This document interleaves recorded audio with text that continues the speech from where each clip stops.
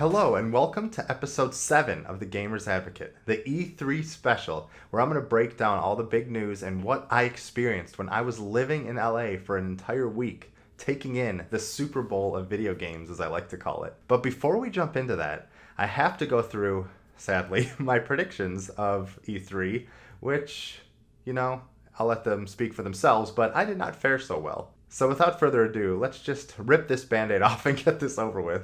Number 1. Project Scorpio will launch on November 10th for $499.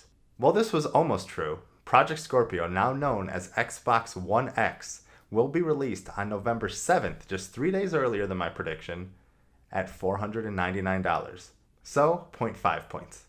Number 2. Smash will be released for the Switch in October, with Helix from ARMS, the Ice Climbers, Jibanyan, and the Inklings from Splatoon. Survey says 0 points. None of that was talked about. Number 3. Assassin's Creed Origins will have a modern day component and will launch for the Nintendo Switch. 0 points. Metroid will return with no Prime moniker and will be releasing in holiday of 2018. The truth is that Metroid Prime is returning, which is incredible. But yes, as Metroid Prime, and there was no release date given. So, 0.33 points. Number 5. Pokemon Stars will be announced for the Nintendo Switch. This was also not true, though they did say that a brand new Pokemon adventure would be coming to the Switch, though it may take a year or more. So, 0 points. Number 6. Spyro Remastered will be announced at the PlayStation Conference. This, also not true. 0 points. Number 7. Ori 2 will be announced. This, I got right, and as you will learn in a little bit, may have been my favorite moment of the entire E3 2017 show. Number 8. Xbox will talk about VR, and Halo and a Master Chief experience will be the prime example of why you should care. This did not happen, and there was barely any mention of our beloved Master Chief. 0 points. Number 9. God of War will be released on October 24th, 2017. Unfortunately, we were given a 2018 release date. So, 0 points. And last, number 10. The Virtual Console will launch in July with Super Mario World, Super Mario 64, and Super Mario Sunshine. And ladies and gentlemen, that is also 0 points. So, my E3 predictions for 2017 netted me a grand total of 1.83 points out of 10. Good job, Adam. Okay, now, time for the fun to begin. So the way we're going to talk about this E3 that happened this year, I'm going to break it down by the days that I attended the show. So we're going to break down what happened each day, also talking about what happened at the conferences, and giving you impressions of what I saw and what is the future of video games. So I flew in on Saturday, and I arrived just in time to make it to EA Play. And if you're unfamiliar with that, EA was holding this big showcase because they're not technically a part of E3. And they had this big event where you can play Need for Speed, and you could play Battlefront, and FIFA, and Madden, and all these games. I went with my friend Eitan, and we got there at probably about 3 o'clock for a 4 o'clock entrance, and the line was already wrapped all the way around the block. And it appears that they were just letting anybody with tickets in, and I ended up leaving because I did not care too much to play these games and wait 4 or 5 hours. Because one of my friends I was waiting with who ended up staying didn't get in until 7:30 at night. And by that time, Battlefront, for whatever reason, was already closed. So that was kind of a bust. Though the EA press conference, it was a little slow and didn't give too much excitement, but there were some highlights in there. So besides the Madden and the FIFA and a new look at Need for Speed, which looks to be taking a lot from the Fast and Furious series, everything at EA just felt, nothing besides A Way Out and Anthem really felt truly special, or there weren't any great surprises. And while I'm looking forward to playing a lot of these titles, it was an okay start to E3, and obviously I was a little sour that I didn't get to get into EA Play, but I did get a chance to get hands-on with a couple of these titles later on in the week. So besides that, I went to an IGN meetup party and got to talk and meet with some of the incredible editors, like Jose Otero, who just got a job at Nintendo, which is incredible, and finally meet Per Schneider and all these incredible people I've been following for years, and was able to tell them how much IGN meant to me. So that was a very cool experience, and it was a fun party that was sponsored by Hot Pockets, which was interesting, and they were giving away Hot Pockets. And yes, there was a Hot Pocket mascot walking around and dancing with all the lovely attendees of this said party. And that was day one. Nothing too crazy, a nice start to the week, and just kind of getting a lay of the land of Los Angeles, considering I've never really got to spend too much time there besides a 6-hour stunt before I left for overseas. Now, day two is where things got very interesting. As some of you may be familiar, Xbox holds this event called Xbox Fan Fest, where they allow 500 fans to come and get a one-of-a-kind unique experience for E3. Now, there was a big fiasco because when the first round of invites were available, a lot more people than they had slots for got in, including myself. And they had a second round where you could try and enter again, and I did not get an invitation to it. And I was very heartbroken because I tasted victory and it was taken away from me. And that was just, it was very, very disheartening. However, that did not deter me. And I started what I ended up calling my quest for Xbox Fan Fest. And each day I would come up with a new and creative idea of how to show these people at Xbox how much Xbox and this experience would mean to me. I talked about my favorite games, my introduction to Xbox. I talked about how Xbox and others inspired me to start an Extra Life Columbus charity off of the National League to really help kids in need while playing these incredible games. And Microsoft had been a huge partner. And it took about 9 or 10 days of posting until I finally got the invitation that I'd been waiting for. And it was such an incredible moment. And on Sunday, I got to live the start of Xbox Fan Fest. When I got there, I ran into my friend from the My IGN days when I used to write and blog with IGN named Eric. And I talked to him many times over the years, but never had a chance to meet him. And it was such a cool experience to finally put a face to the name and get to learn about him and experience this his first time as well. It was a very, very good start. And also they hired some pirates to sing songs that may be from Sea of Thieves or may just be pirate theme songs that sang to us as we waited in line to get into Xbox Fan Fest. So that was very cool. When we finally got into the start of the Fan Fest, I was just blown away by what they prepared for us. I mean, when you walk in to the right, there's a Crackdown wall that was filled with donuts. There was a giant screen with gameplay going on. You would have to check in by your gamer tag, and you get a customized lanyard, and you get a shirt that you can put your gamer tag on. And they had free lunch and just all these things to welcome you into the event and get ready to take you to the Galen Center to experience the press conference on the floor right in front of the stage. So after hanging out for a little bit, they got us into buses and took us over to the Galen Center. And we sat in a room and got organized into certain ways, and then people started coming out. There was Major Nelson and Aaron Greenberg and Mikey Barra and Phil Spencer. The top people at Xbox came and spoke to us when they could have been preparing for their E3 presentation, but they wanted to show how much they cared about the fans, and it really felt like they did. And I know it's a lot of marketing speak and people trying to entice you, but you can tell with the energy in that room that they really did feed off it and loved it. And it was really, really cool to see. And then they took us onto the floor, and like I said, I was maybe 4 rows back from the stage, and there was a giant 4K screen that was getting ready to show the power of whatever Project Scorpio was going to be. And we got to sit down as the lights went down and the show began. And there are very few times that I felt chills like that when the lights went down and Phil Spencer started speaking. And the Xbox conference was a good conference. It wasn't life-changing or perfect by any stretch of the imagination, but it was a very solid conference that focused on games and focused on the Xbox One X that, like I said, is launching on November 7th for $499. And let me tell you what, sitting in there and looking at this huge 4K screen went a long way to selling me of the power of this machine. Seeing Assassin's Creed and the beauty of Egypt, and Forza, which always looks incredible, and even Crackdown 3, which has a more cartoony and comic look with the 4K resolution. Everything is just so sharp and so clear. And while all these games were incredible, the one that stole the show and stole my heart for me was Ori.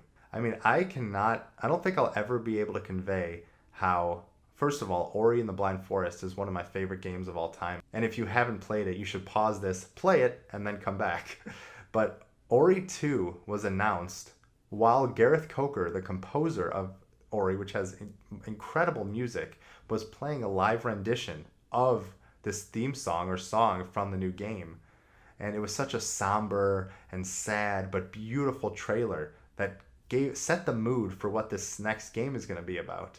And while we didn't get a firm release date, I'm hoping it's not too long because I cannot wait. But it almost brought some tears to my eyes. It was pretty close because it was so beautiful and so powerful being there when it was announced and hearing and feeling the power that Xbox and Ori can bring to the table. And then the show ended with Anthem, the new BioWare IP, which looks unbelievably fantastic. It gave me a lot of Destiny vibes, obviously, with it's a big shared world and there's loot and you get to experience missions and raids and everything with your friends and people from across the world. But what gets me very excited about this game is the BioWare touch. They are master storytellers, and Destiny was lacking in that department. And I know they fixed it a little bit in the Taken King and with other expansions, but I cannot wait to see what BioWare can bring to this table and just seeing the first interactions and finding your mech suit and being able to jetpack and fly all over the world and dive seamlessly into water and go through these lush jungles. It was really breathtaking. I'm hoping the game can live up to what it looks like because obviously we know when we see something the first time, it's running on a super high PC and it may not look as great as it did at first, but I'm keeping my hopes high that with the power of Xbox One X and with where technology and games are right now, that we can get pretty close to what this game looks like. Because if it can reach somewhere near it, we're in for a serious treat. And those are the main things that stuck out to me from the Xbox press conference. And after the show, we were shuttled back to where Xbox Fan Fest was, and the room kind of transformed. They set up original Xboxes where you could play Crimson Sky or the original Halo, which obviously was tying into their announcement that Xbox One or the original Xbox games were coming to Xbox One backwards compatibility. They had tournaments set up, bringing people on stage. I got to meet Rod Ferguson of Gears of War fame and of everything else to tell him how much he's impacted my life and how much Gears of War meant to me. And I felt more than ever that Xbox did truly care. And if you could have seen the smiles and joy and excitement from everyone in that room, it was infectious and very great to experience. Now, when that ended, it was off straight to Bethesda land. And this was one of the highlights, if not the highlight, of my E3 experience. I got there a little bit late because of Xbox Fan Fest, so I didn't get to really take in exactly what it was. But as you were walking into Bethesda land, there were all these photo opportunities and these people giving out popcorn and cotton candy, and this incredible Nuka-Cola or Fallout music was playing as you walked in. And you see this giant Ferris wheel and these statues of Pip-Boy and walking through Elder Scrolls areas and seeing that there's a Prey bar in the distance. But I had to go right to the press conference. So we walked in and there was a giant stage and Pete Hines came out and talked, and it was a pretty good show. It was very short, which I was surprising, and there wasn't, once again, very many surprises. But it was great seeing Skyrim for Switch and seeing that Amiibo gives you the Master Sword and gives you the Breath of the Wild tunic and little things here and there, and that was pretty awesome. And obviously Wolfenstein looks incredible, Wolfenstein 2. I can't wait to just keep killing Nazis, as I like to say. And I appreciate that Bethesda's pushing hard into VR and that they're coming to PlayStation VR, and I can't wait to get my hands on those. And Evil Within looks great. Even though I didn't play the first one, it definitely piqued my interest, and I'm excited to see more from that series. So like I said, it was a quick conference, but what really stood out to me was Bethesda Land. What those of us who were in attendance got to experience was as the show ended, they announced that Papa's Diner from Wolfenstein 2 had been recreated, and they had employees from In-N-Out come, and they were serving burgers and fries and a strawberry milkshake and a collectible cup like the Commandant's milkshake that he loved in the trailer. And the Evil Within had an art gallery where you can see very disturbing pictures, also while sipping wonderful champagne with rose petals in it. There was themed food and themed drinks and turkey legs and stations where you can try out some of these games and collect pins. And out of nowhere, I mean, they've done this in the past by bringing out concerts, but the Chainsmokers started playing a concert. And you could walk right up to the front and experience these guys, especially if you loved them. And it was just an incredible gesture by Bethesda to throw on one heck of a party. So, of course, I ran around and had some Nuka-Cola and some cotton candy and a turkey leg and just took in the magic of E3 and just enjoyed every moment that I could. And then Monday came along, and it was, if I have to be honest, not as successful of a day, but still a great one. I went with one of my other writers from the site I write for at Marooners Rock to try and get into Ubisoft's press conference. And I don't know if it has to do with the public being there this year or what, but they were so much stricter this year than they had been in past years, or so I've been told. Where usually, once the show was about to start, they had some empty seats, they wanted to fill them. There was usually standby people who can get in. And while I had entrance to some of the other press conferences, Ubisoft and PlayStation were the two that I unfortunately was not able to get. So I stood there and was not able to get a ticket. But the funniest thing was the show started, and if you're familiar, Scott Porter of Friday Night Lights fame and Madden the Long Shot fame, and I think Hearts of Dixie or whatever that show is called, he had a ticket and arrived at maybe 1:05 when the show started at 1 o'clock, and he was not even allowed in. So if Scott Porter's not allowed in, I don't know what chance any of the rest of us had. But after about 30 minutes, they did finally let him in, which was good. But unfortunately, I had to watch it from the outside, which was a shame because I would have to say that Ubisoft probably threw one of the best conferences of the show. They had so many great games, starting off with Shigeru Miyamoto coming out and talking about Mario plus Rabbids Kingdom Battle, and showing more of Far Cry 5 and Assassin's Creed Origins, which I am super excited for. And who can forget the stinger at the end by saying that Beyond Good and Evil 2 is actually coming? Well, let's hope so, because from some of the reports, it seems it's very early in development.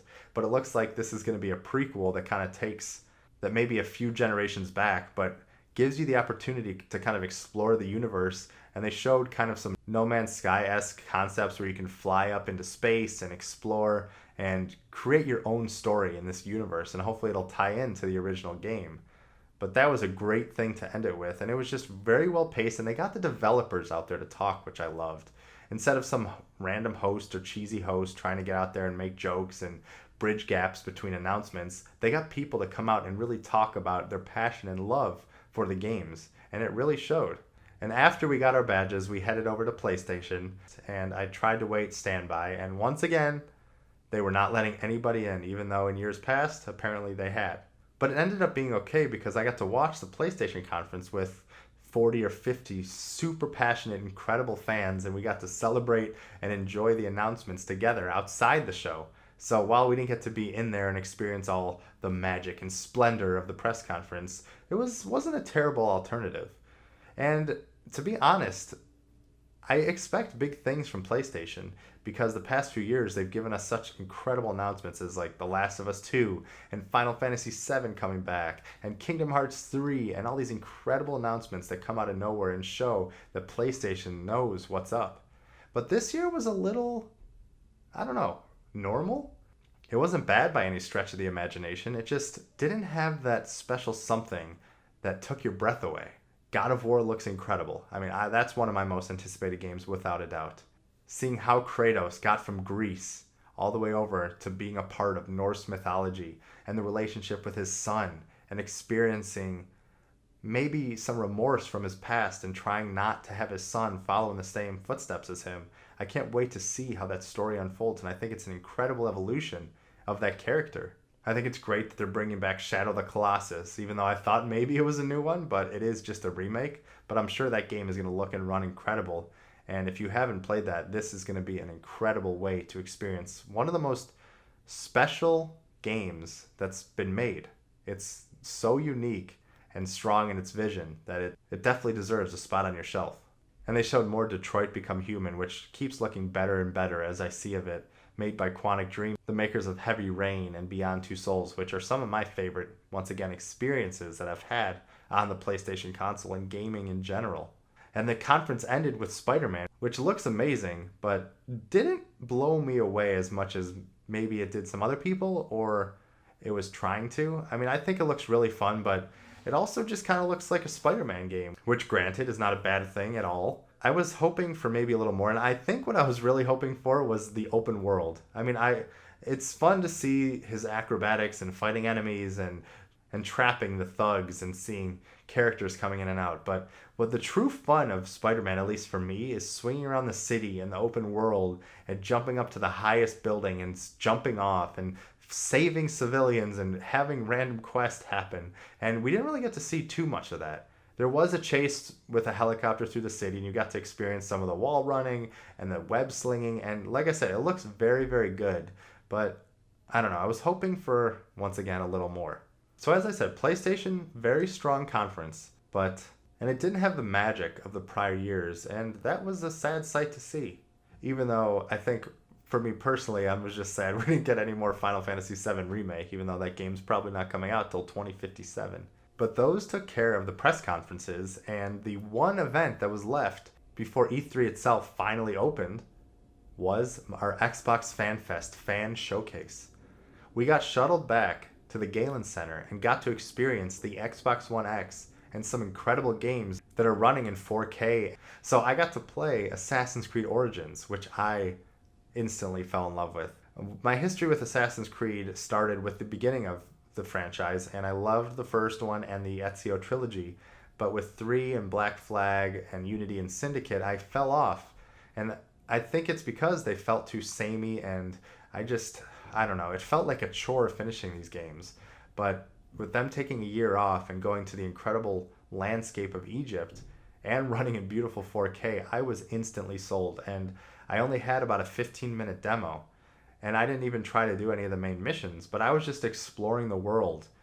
And one of my favorite parts is that you have an eagle companion named Senu, that when you press up on the D-pad, I think it was, you seamlessly transfer in to Senu, and he's basically your drone and your eyes, and you can mark targets and fly away as far away as you want without desynchronizing and planning your attack and where you want to explore.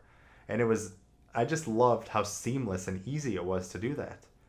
And I jumped on a boat, and I found some hippos, which the developer who was standing behind me really wanted me to find because he was very proud of them. And as in real life, hippos are very dangerous, and I ran into a group of 3 and got decimated very quickly. But it was a fun experience, and that's the power of a good Assassin's Creed, is those little moments, walking through the city and passing by people living their lives and feeling as if you are just a passerby and not the focal point. That there was a history before you got there, and long after you leave, life will go on. It's not just some random guys walking from point A to point B. There are certain times and days that certain NPCs will appear at different areas, and you now have the ability to kind of skip forward and back through time to get to a certain area. So obviously this helps if you're trying to enter into a fortress. You can move time forward or back to get to the perfect time right as night is hitting to give you the perfect cover to accomplish your mission. I had a few issues with climbing where there are a few structures that I would just jump up and not grab onto. And I'm hoping they fix that by the time the game releases, because everything else just felt so good. And I'm not trying to be a fanboy or anything crazy here, but running on an Xbox One X, this game just looked so gorgeous. I mean, the character models and animations still look a little weird, as normal in Assassin's Creed. But the vistas and the water and everything just popped out of the screen. And that's always the problem with viewing these things at home, especially if you don't have a 4K TV. You can't really appreciate how incredible these games look. But I'm here to tell you that 4K does make a difference if the developers treat it well. And there are certain games like Assassin's Creed and Forza and Sea of Thieves that really shine and make a difference when running at this high resolution. After Assassin's Creed, I went over to play Crackdown 3, and the one thing that I can say about Crackdown 3 is it feels like Crackdown. It looks beautiful, the comic and art style really pop and are very clear and clean, and jumping around the city, collecting agility orbs, and throwing people and throwing cars, and picking up lampposts and using them as baseball bats really was an incredible time, and I can tell it will be a lot of fun when you're actually building out your character and getting to really experiment with a sandbox world. But Crackdown 3 didn't blow me away. It felt, like I said, very much like Crackdown, good and or bad. And unfortunately, we didn't get to see the massive destruction that is limited to multiplayer and co-op, because that's where they reserve the power of the cloud. And in single player, there is a little bit of destruction. Obviously, people and cars can go flying in small structures. But in multiplayer, they are claiming that you can decimate buildings and shoot rockets and just have everything crumble at your will. So that was a little disappointing, not being able to, first of all, see that or know that that's really in the single player mode. But Crackdown is a great addition to the Xbox, and I'm glad it's coming out with the launch of the Xbox One X. And I think will be a game that'll just be fun to jump into years and years from now. Besides that, I got to play Forza 7, and once again, looks incredible, but it feels like Forza. So if you've played Forza before, you kind of know what you're getting into. But running in 4K, that game really shows off that cars can be beautiful. And I really like the new Dubai track and the sun shining and the storms rolling in. Really are a sight to behold, and I'm excited to kind of jump into more of those. I'm a little partial to the Forza Horizon series because I do like the open freedom and the more kind of fun nature of those games. But for pure simulation and racing, Forza is just on a whole nother level, and they're really doing some great things over at that studio. I didn't get to play Sea of Thieves or some of these other indie titles, like Tacoma was there, but I didn't want to ruin my experience. Minecraft was there with their super duper graphics pack, and some other games that looked great, and I got to see them from a periphery. But those were the main games that I played and got to experience. Now, as the pre-E3 festivities came to an end, I was finally ready to prepare to get into E3 and the show floor, the moment I've been waiting for. And it all started when I got to the convention center at around 8:30 a.m. Now, the show floor didn't open until noon, but I wanted to make sure I was one of the first people in there so I can head straight to Super Mario Odyssey, as you can see here. We got there at 8:30, and I sat in line with some other people, and there were maybe 200 or 300 people in line already. And we all watched the Nintendo Direct together. And that was just, I thought, a great show. I mean, Metroid Prime 4 is coming, which we've been clamoring and asking for forever. And even though it was a title screen, just knowing that Nintendo heard our cries is so awesome. And getting confirmation that a Yoshi game is coming to the Switch, and a Kirby game, and seeing more Splatoon and Pokken and Fire Emblem Warriors, the Switch is really starting to see an incredible library and showing us gamers and those of us who have supported them that there's going to be a lot to play on the system, and it's not going to be like the Wii U and having these giant droughts. If you look at kind of a schedule leading up to the end of the year, there's a big first party or close related game coming out every month.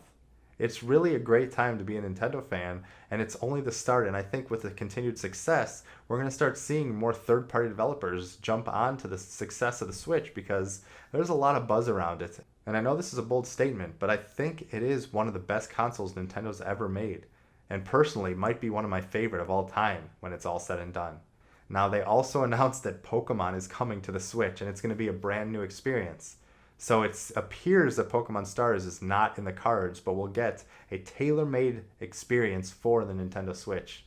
Though they did say it may take a year or more to come out, so we're probably looking maybe close to the end of 2018 or early 2019 at the earliest. But the big game, the game that all Nintendo fans came to see, was Super Mario Odyssey. And this game looks so fantastic. I like how they started off with a big T-Rex and you thought maybe it was a Monster Hunter game, but then you saw that he had a hat on and a mustache, and it just flew into just happiness and jazz and wonderful little secrets and wonder of the magic of this game. They showed the new mechanic where you have your hat, Cappy, and you get to throw him and control enemies. You get to control Chomp Chomps or Bullet Bills or people. And those kind of take the form of the power-ups and give you access to different areas or abilities. You get to become a Moai statue, and you can put your glasses up and down to see hidden platforms. And the variety and just little things that people probably will take months for them to find is what's getting me so excited about this game. This is like Super Mario 64 and Super Mario Sunshine, where the worlds themselves are a level and are secrets, and you're looking for what are now moons instead of shines or stars, and finding coins that are linked to the worlds that unlock different costumes like the Super Mario Maker outfit, or a Zoot suit, or a Safari outfit. It just looks like this game is just filled to the brim with incredible moments and experiences just waiting to be had. And the Nintendo Direct was short, it was quick, 25 minutes or so, and it was done. But then it was time to wait for the show to open. So as the clock ticked ever closer to noon, the excitement level kept growing and growing and growing. And at about 11:40, everyone just knew that it was about to happen. The doors started opening. And then at 11:45, 15 minutes before the show was supposed to open, they let the masses in. And it wasn't a madhouse or nobody died, thankfully, but it was a mad dash of people trying to get right to Nintendo or Sony or wherever they were trying to get to. But my mission was Super Mario Odyssey. And I went right into the booth, and I was welcomed into New Donk City. And they recreated this city with little secrets where if you stepped on the floor, certain things would happen, like Mario shooting up a pole or a star appearing. And they had statues of Chomp Chomps and Goombas with Mario hats and mustaches on, and stations for all the incredible games, and Treehouse Live right in the back. And it was such a cool thing to walk into. And I got into line to play Super Mario Odyssey, and I had to wait probably about an hour, hour and a half to play, but the wait didn't feel long because I was able to watch people play it and just take in the magic of E3. And it was magical. It really was an incredible moment. And when I finally got to play Super Mario Odyssey, my excitement level was just through the roof. When you started the demo, you got to choose to play at the Sand Kingdom or the Metro Kingdom, which, as we know, is New Donk City. I'd watched the person before me play Metro Kingdom, so I chose the Sand Kingdom. As I tend to do in demos, I really focused on just exploring the world and not really focusing on a main or critical path. So I was immediately greeted by a Day of the Dead motif with these little people with skulls and sombreros and ponchos dancing around and giving you quests or giving you tips. And for some reason, the desert was freezing cold. So when Mario would stand still, he would shiver in place, and started to experience the power that is Super Mario Odyssey. I fought a few Goomba. I went up a path and saw a Bullet Bill and knew that if I threw my hat in with a flick of a Joy-Con, would be able to control that Bullet Bill and control him and fly to an area that would be otherwise inaccessible. One of my favorite parts was when I took that Bullet Bill to this area that had basically a 2D Mario painting, 2D Mario World painting on the wall. And there was a tube on the bottom right. And when you entered it, Mario was transposed onto that painting, very akin to A Link Between Worlds. And you got to play a small little chunk of 2D NES Mario. It was incredible. And one of the best parts too is Super Mario Odyssey has tons of outfits that you can wear, and no matter what you're wearing, you will look like that in a 2D form once you get onto these walls. It was just so cool, and I just loved every minute of it. And now we only got 10 minutes to play, and that went by super, super fast. But you got to see how much depth there was, and what I love is there's moons hidden all throughout these worlds, like the stars in Super Mario 64, but when you collect them, you don't get kicked out of the level. You just do a nice pose, and they give the date on the bottom, so if you want to share it, you know when you achieve this achievement. But they gave you rewards, kind of like Breath of the Wild, not as extreme as the Koroks, but there's little secrets to be found everywhere, and it rewards you for exploring and just seeing every nook and cranny of this game. Now, when the game ended, we got a nice little treat where we went to Crazy Cap, which they also created, where you do get to change your costumes, and we got to get Cappy. Yes, a beautiful Cappy visor, which I just was so great, and it was just a fun thing to take home, and every time I look at it, I can't help but smile. So after Nintendo, I had an appointment to play Detroit Become Human, and that game was incredible, though it has some issues, in my opinion. We got to play through the demo that they showed at last E3, where you take the role of Connor, who's an android investigator who's investigating this crime scene where there was some murders, a father was murdered, and this other android who is part of this family taking the young daughter hostage. And as you walk in, the mother comes by and doesn't understand why they're sending another android to fix a problem that an android started. And it's up to you to figure out what happened. So through exploring and finding out the history and playing back moments and memories, you got to kind of put together the evidence to aid in your interrogation or negotiation of Daniel, the android that has gone rogue, as they like to say. And you end up to find that it appears this family was looking to upgrade and find a new android, and Daniel thought that he was part of the family and loved, and there were all these other secrets and things going on behind the scenes. And you got to have, through dialogue choices and choosing kind of emotions and what you want to say, do all you can to save this young girl. And I ended up saving her. However, I didn't save Daniel, and he ended up falling back off of a building where he was threatening to jump off with the girl. And I pushed him out, but ended up saving the girl, but falling off myself. And what I think was one of the most powerful moments was as I closed my eyes, waiting for the pavement to end my mechanical life, it said mission successful. And I don't know, that just hit me because it kind of shows what androids are viewed in this world as just like a means to an end. that even though you didn't survive, the mission was a success because the girl was saved. Now, that's the power of these Quantic Dream games, is you can, if I would have maybe found some more evidence or said this instead of that, maybe I could have saved Daniel. Maybe I would have failed completely. And the game just keeps rolling on. And while I can't wait to see how the story unfolds, a few things that kind of stuck out to me was that the camera has some serious issues. They try to focus you real close to the scene to really kind of draw your eyes to things, but I found myself really kind of wrestling with the camera to get a viewpoint that I was really hoping for. And also, the game just feels a little too handholdy. It tells you to explore this room, and as soon as you're finished exploring a room, that, oh, you found everything in this room, continue on. Maybe you should check out this. Maybe you should do that. And while I appreciate them trying to move the story along, I was kind of hoping that I would feel more of like a detective instead of a man playing connect the dots. But I have high hopes for this game and hope it comes together, because I think Quantic Dream, while they have some issues and some people are torn one way or the other on this games, provides some of the most unique experiences in the video game world. So for the rest of the first day, I kind of just took in the sights. I went to every booth and explored and just saw what E3 held. So I didn't get to play too much more that day. I tried out FIFA, I tried out some other little games here and there, but it was mostly just exploring and taking in the sights. But day 2 is when I had my first real appointments, and I got to try out Call of Duty World War II and Destiny 2. I started off with World War II, and it was just a multiplayer demo, and it was team deathmatch to start, and then you got to experience the war, which is a more objective-based push and pull type of game mode. And I had a great time. I really like the feel of it. It looks gorgeous, and it's great and also terrifying to be back in World War II. And I just was getting a little tired of this modern and future war.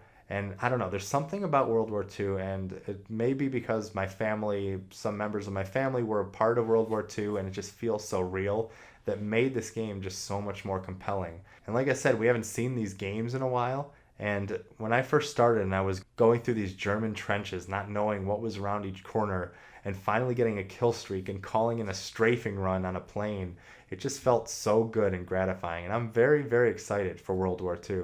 Then I got to play Destiny 2, and I got to play a multiplayer match, with a mode called Countdown, where there were these 2 bombs that you can either arm or disarm or defend.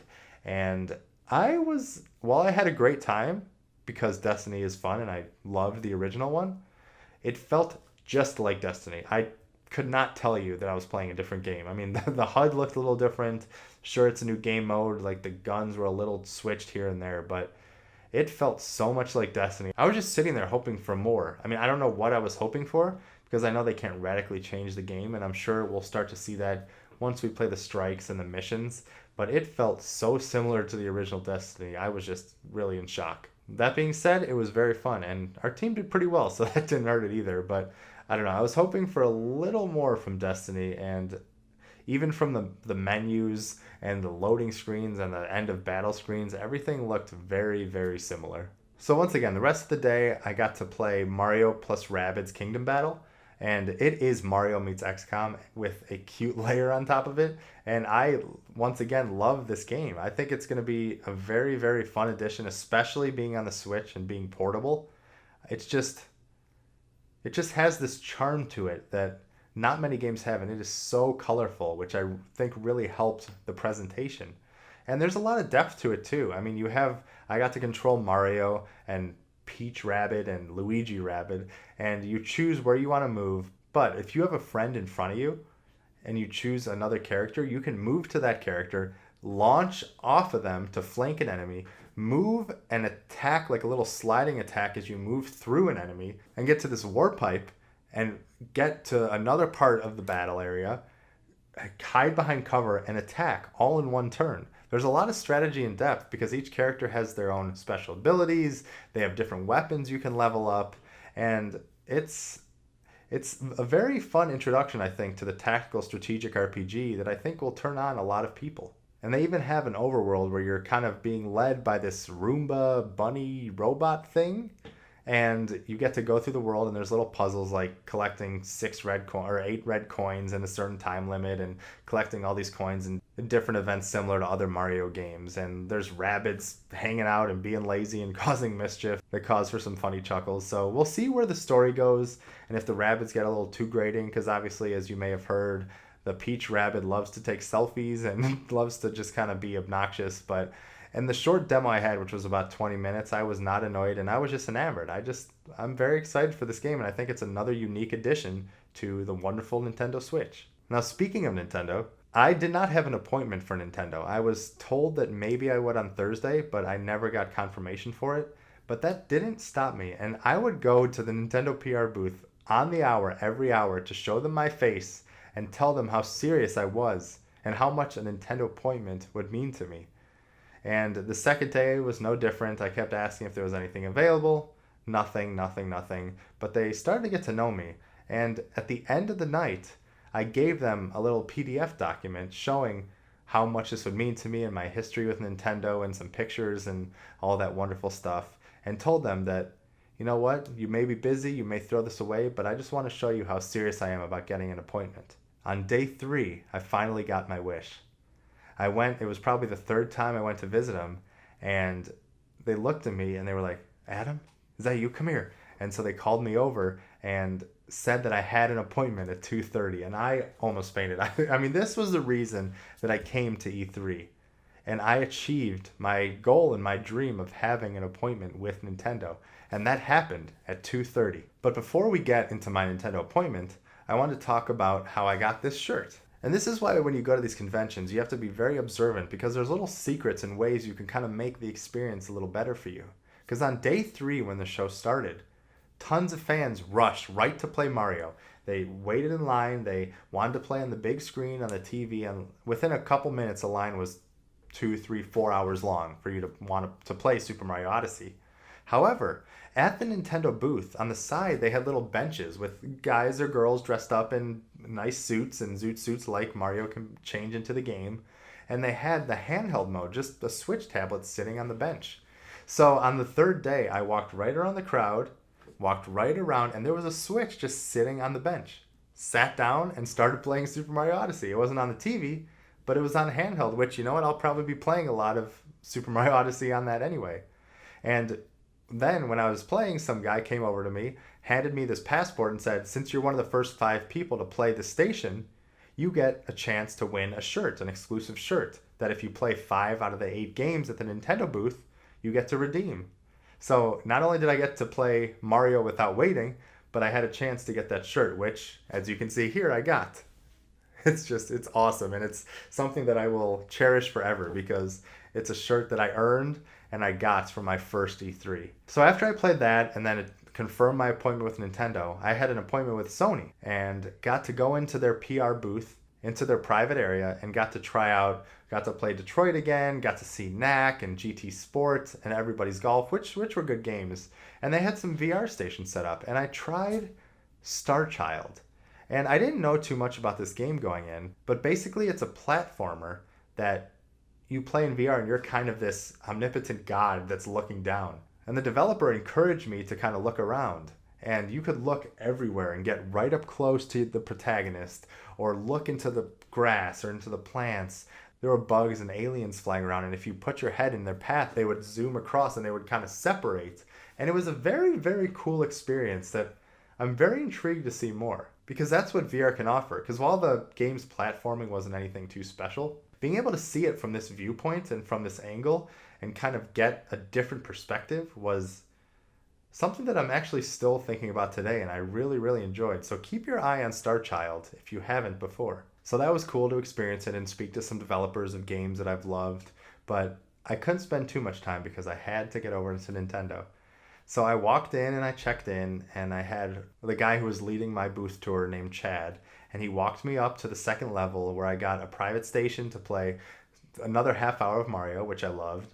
I got to try out Splatoon 2 and the Salmon Run mode, which is like Horde mode basically, which gets very, very tough. I was playing with a few other people, and you can kind of take percentages. You can go like 0%, 10%, up to 100% obviously, and it gets harder, and obviously you get more rewards the more you play. And while we did pretty well on 10%, we bumped it up to 50, and we could barely get past the first round. I mean, there's so much going on in that game with different enemies and aerial enemies and enemies you can only destroy with bombs or special attacks, and you have to crowd control and collect these eggs and bring them back to your base. And there's a lot going on, and I think is going to be a incredible mode once the game comes out. I mean, Splatoon 2 felt very similar, obviously, to Splatoon, but with the addition of Salmon Run and some new weapons, I think this is going to be an awesome game, especially to be able to play on the go. I also got to see Pokken Tournament and Fire Emblem Warriors and ARMS, which was coming out in a few days back then, and they had a good showing. I unfortunately didn't get to see any of the Metroid stuff, because they announced at the Treehouse that Metroid Samus Returns is coming out, which is basically a remake of Metroid 2, but everything else I saw was wonderful. But I had probably one of the most incredible moments of my life when I was playing Super Mario Odyssey, and I looked to my left, and I had to do a double take because standing there watching everybody play their games, not specifically me or anything, was none other than the producer of Super Mario Odyssey, Yoshiaki Koizumi, and I must pause for this, Shigeru Miyamoto. Just standing there watching people playing games that he helped inspire and started. And I had to pause my game, and I went over to them and was able to tell them through a translator how much Nintendo meant to me and how much this is a dream come true and everything I hoped it would be. And I only spoke to them for but a second, but it was something so special just being able to thank these people that helped shape who I am today and who have given me some of my greatest memories in my life. And it was a moment that no words really be able to do justice for, and really kind of put that cherry on top of this incredible ice cream sundae that was E3. And so unfortunately I only had an hour at the Nintendo booth, and that went by in like 2 seconds. And after that it was about 3:30 and the show floor was closing at 5, so I just really walked around and took everything in. I got to go to the Xbox booth. I actually got to do a little interview for Xbox Fan Fest and tell them my story of how I got to Xbox Fan Fest and how much it meant to me and how special this experience has been. And I got to find one of the community leads at Xbox who was in charge of Ori and the Blind Forest, and now Ori and the Will of the Wisps. And I got to get an exclusive pin, which was just awesome because, oh, I love that game so much.